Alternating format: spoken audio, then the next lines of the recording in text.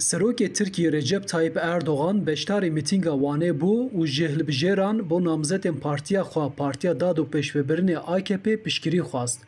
Erdogan bo encamên hilbijartinên meha Gulana 2023 nerazîbûnên xwe anî ziman û piştgiriya Dem Partiya ya bo CHP jî rex nekir.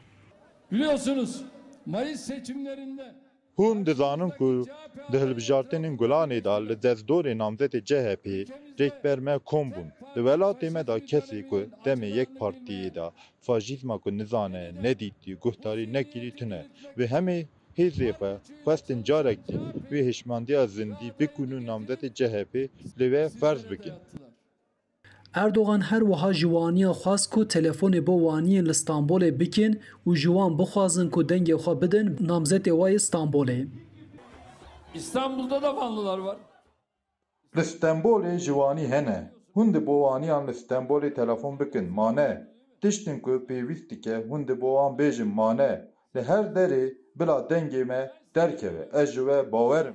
Size güveniyorum.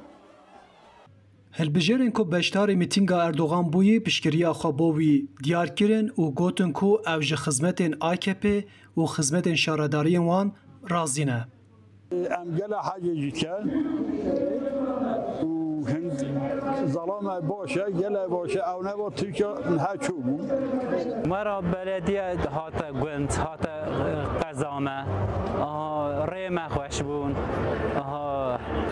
qesana xweş bûn, her tiştê me xweş bûn.